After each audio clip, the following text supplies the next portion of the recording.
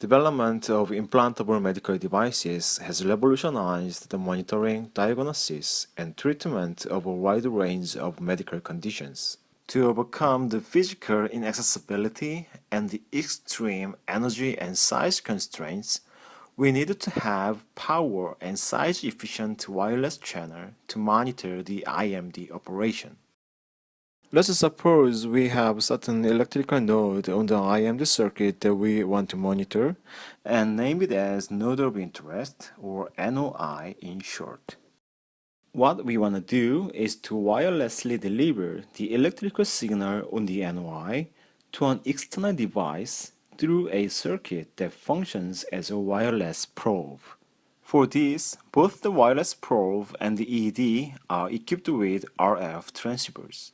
In addition, a processor should come in this path to process and packetize the ADC data. Therefore, all the entities in this path should stay active for conversion, processing, and transmission, which are never free in terms of power. Especially, the symmetric radio architecture is the major source of the power drain.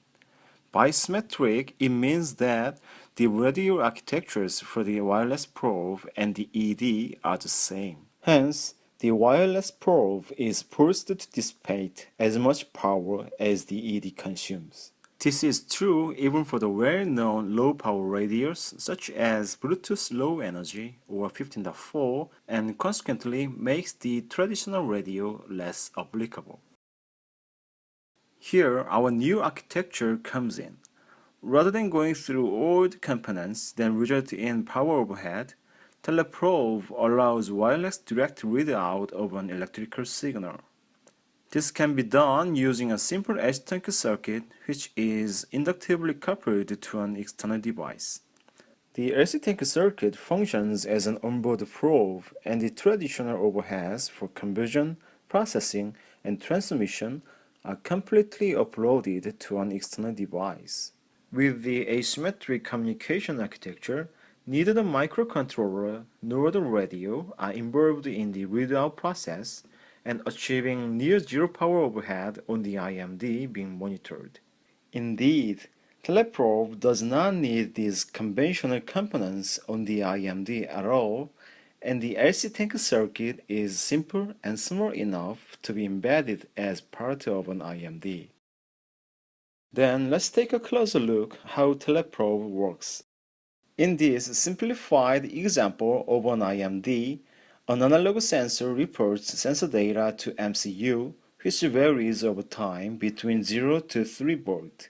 Our objective is to wirelessly monitor this signal that we define as VNOI. For the monitoring of VNOI, unlike the conventional method, TeleProbe requires only a simple AC tank circuit connected to VNOI in a passive manner. The TeleProbe AC tank circuit consists of a varactor and an inductor of fixed value. Varactor is a voltage-controlled capacitance device that exhibits monotonically varying capacitance corresponding to the bias voltage across it. Therefore, the original frequency of the AC tank circuit is a monotonic function of varactor capacitance. The TeleProbe AC tank circuit is inductively coupled to an external device through the magnetic field generated by external device. Once they are inductively coupled, we can find the original frequency f0 by doing a frequency sweep over the possible frequency range. Therefore, we can back-calculate VNOI in real time from the original frequency found. As an embodiment of the proposed TeleProbe concept, we implemented both IMD and ED prototypes with only off-the-shelf components. From the hardware standpoint, the ED prototype is similar to network or impedance analyzer implemented in a small form factor, and the IMD prototype is a battery-operated, upscaled pressure sensing IMD which has all the test points brought out.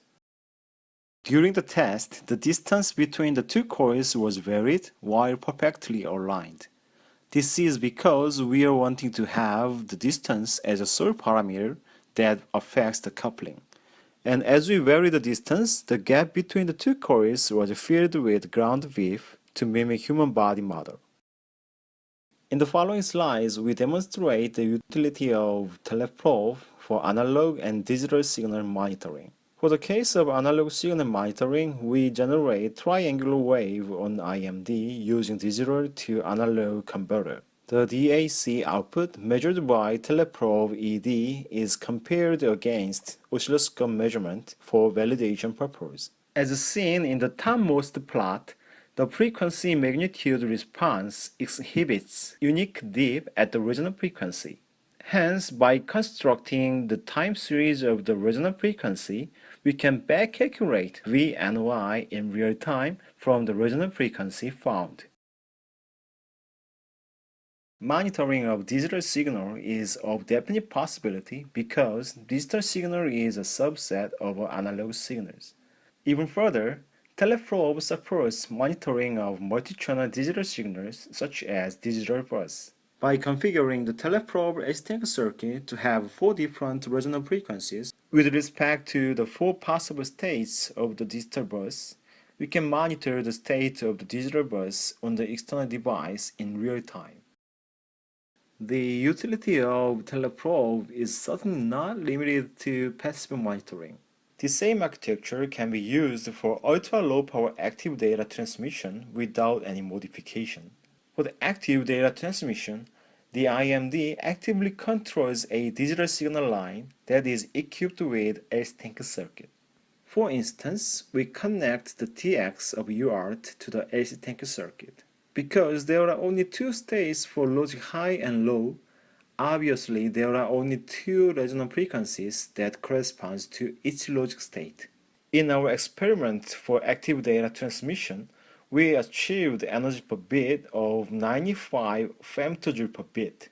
This is more than 2 orders of magnitude less energy per bit as compared to state-of-the-art backscatter-based communication.